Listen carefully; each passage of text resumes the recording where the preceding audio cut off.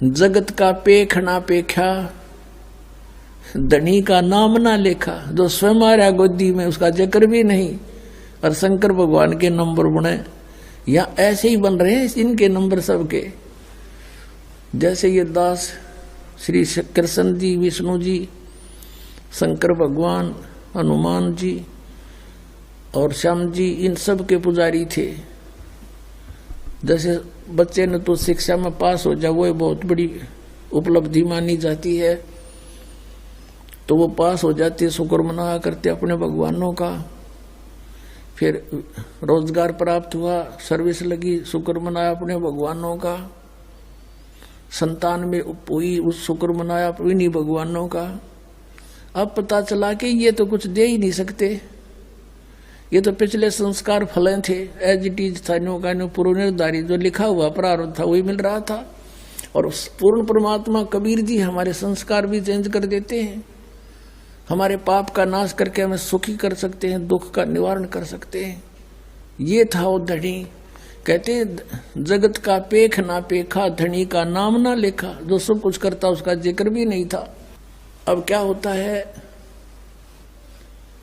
अब गरीबदास साहिब जी ने परमात्मा के बारे में कैसा चित्रण किया है अपनी अमृतवाणी में, थोड़ा सा ये वर्णन करते हैं। परमात्मा की ये अमर वाणी है पुण्यात्माओं।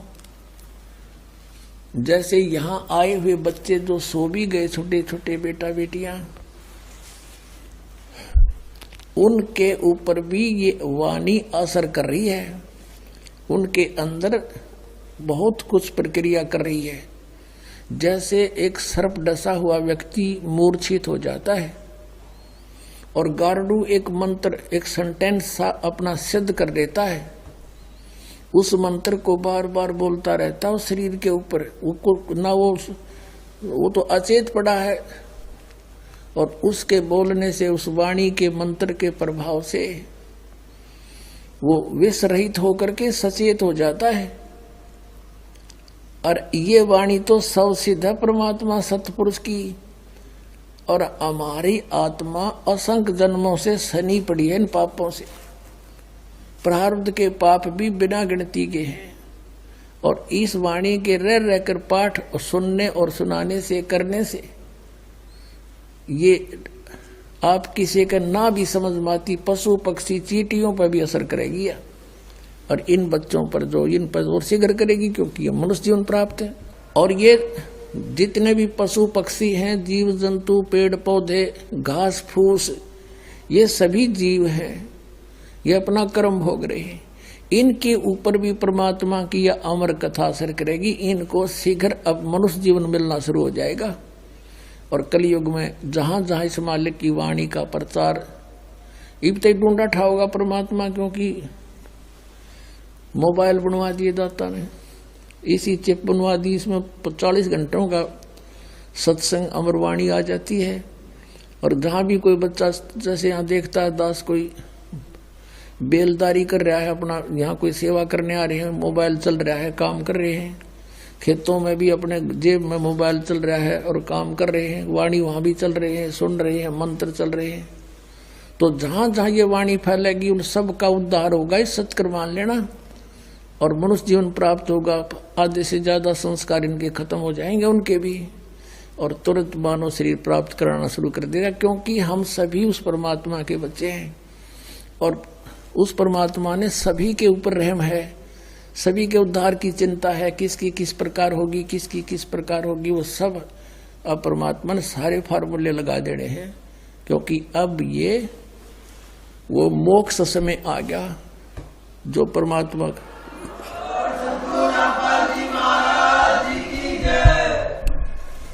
तो कहने का भाव दास का ये है कि इस अमरवाणी ने जितनी बार सुना उतना ही थोड़ा,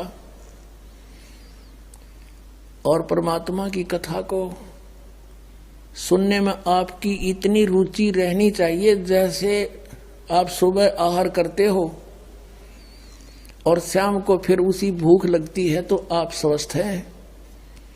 और यदि आपको कुछ अरुचि बनती है भोजन में, तो समझो आपका कोई ना कोई शरीर में रोग स्टार्ट हो गया है।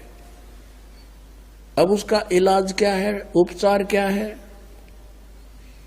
भूख ना लगे तो कोई टेबलेट लेनी पड़ेगी, कोई रोग है तो कड़वी औषधि खानी पड़ेगी, तब भूख लगेगी। तो अब ये परमात्मा की कथा वाणी ये दोनों काम करेगी। आत्मा की खुराक भी है और ये रोग नाशक भी है। इसमें जिस व्यक्ति को ये अरुचि होती है कि ये तो कई बार सुन ली, तो समझो उसका कोई पाप कर्म जोर देगा। अब कोई करड़ा पाप आ लिया, तुलसी पिछले पाप तय हरि चर्चा ना भावे, और जैसे जबर के वेग तय भूख बेदा हो जावे। किसी व्यक्ति को मलेरिया जबर हो गया हो और उसको भूख नहीं लगती, काजू किस्मत सेब संतरे रोटी प्रतिदिन जो आहार करते हैं वो भी कड़वी लगती है। रोटी कड़वी नहीं, मनुखा दाख कड़वी नहीं, उस जवर ने उसके शरीर की व्यवस्था इतनी बिगाड़ दी कि स्वादिष्ट वस्तु भी उसको कड़वी लग रही है। उसका ट्रीटमेंट क्या है? कुनीन खानी पड़ेगी, कड़वी जीभ पर बिना रखी जाए इसी कड़वी, और फांकी मारनी पड़ेगी, तब वो जबर उतरेगा। और जबर उतरेगा तो भूख फिर स्टार्ट होएगी, और फिर ऐसी भूख लगेगी, बुखार उतरने के बाद इतनी गजब की भूख लग गया करे, घर के भी नो क्या करें, घनी रोटी ना खावा कदे फिर बीमार हो जा। तो पुण्यात्माओं, प्रथम बार जो सत्संग सुनता है उसने अरुचि सी बनती है, कदे सुना नहीं, कबीर भगवान बताओ, हमने तो ये कदे सुना नहीं। तो ये उसका जबर है, मलेरिया हो रहा है उसका। और कुछ एक ना वो भी चर्चा अच्छी ना लगती भगवान की, रागनी कितनी सुन ले, फिल्मी गाने तो रात में भी सुने जा, और ये ना अच्छी लगती, तो उसके पाप कर्म के कारण उसकी आत्मा मूर्छित हो रही है। वो ग्रस्त है उस जवर से, पाप के जवर से, और पाप कटेंगे इस अमृत की वाणी, अमृत वाणी के ट्रीटमेंट से। और फिर वो व्यक्ति हिम्मत सी करके ये वचन सुन ले भगवान के सत्संग के, ये फांकी मार ले, और 5-4 सत्संग ना चाहते हुए भी सुन दे। जैसे ये गोलियां कोई खाकर, बट्टी जो खाकर राजी है कोई, पर हंगासा करके खानी पड़ती है, और फिर रंग लाती है, बुखार उतार देती है। बुखार उतरते ही फिर वो रोटी इतनी स्वादिष्ट लगती है कि सूखी खा जा, सब्जी की भी आवश्यकता नहीं। अपने आत्माओं, ये दास देखता है गांव गांव में, घर घर में जाकर के दास ने परमात्मा के ये अमृत वचन सुनाए। पहले तो परिवार का एक सदस्य किसी के कहने से दास के पास आया, फिर पाठ रखवाया। घर जाते थे तो घर वाले उनके सारे नो कड़वे कड़वे देखा करते, यू कौन आ गया, यू क्या करेंगे फंड हमारे घर पे। और जब सुने थे सत्संग 3 दिन सामने बैठ कर ना सुने थे, तब अम्मा ही लाया करते साथ पे, सुन इनने भी सुनना दिया। वो अपना बैठ कर किता न किता जरूर सुनते, कोने में, कमरे में, बाहर भीतरे। तो ये तो इसे वचन है, उसकी उतार देंगे बुखार को। अगले दिन तो वो सत्संग सुनने के लिए सामने बैठ जाते थे। और फिर वही व्यक्ति जो सुनना भी पसंद नहीं करे थे, 100-100 किलोमीटर जाकर सत्संग सुनने आया करते, वह भूख जागी उनके, वह पाप कट गए, वह बुखार उतर गया पाप कर्मों का। इस वाणी में इतनी प्रबल शक्ति है, भगवान की वाणी है, कबीर भगवान की गॉड गिवन है, गरीबदास जी को दी उन्होंने, आगे लिखवाई, भगवान का दिया हुआ ये वो मंत्रित ग्रंथ है।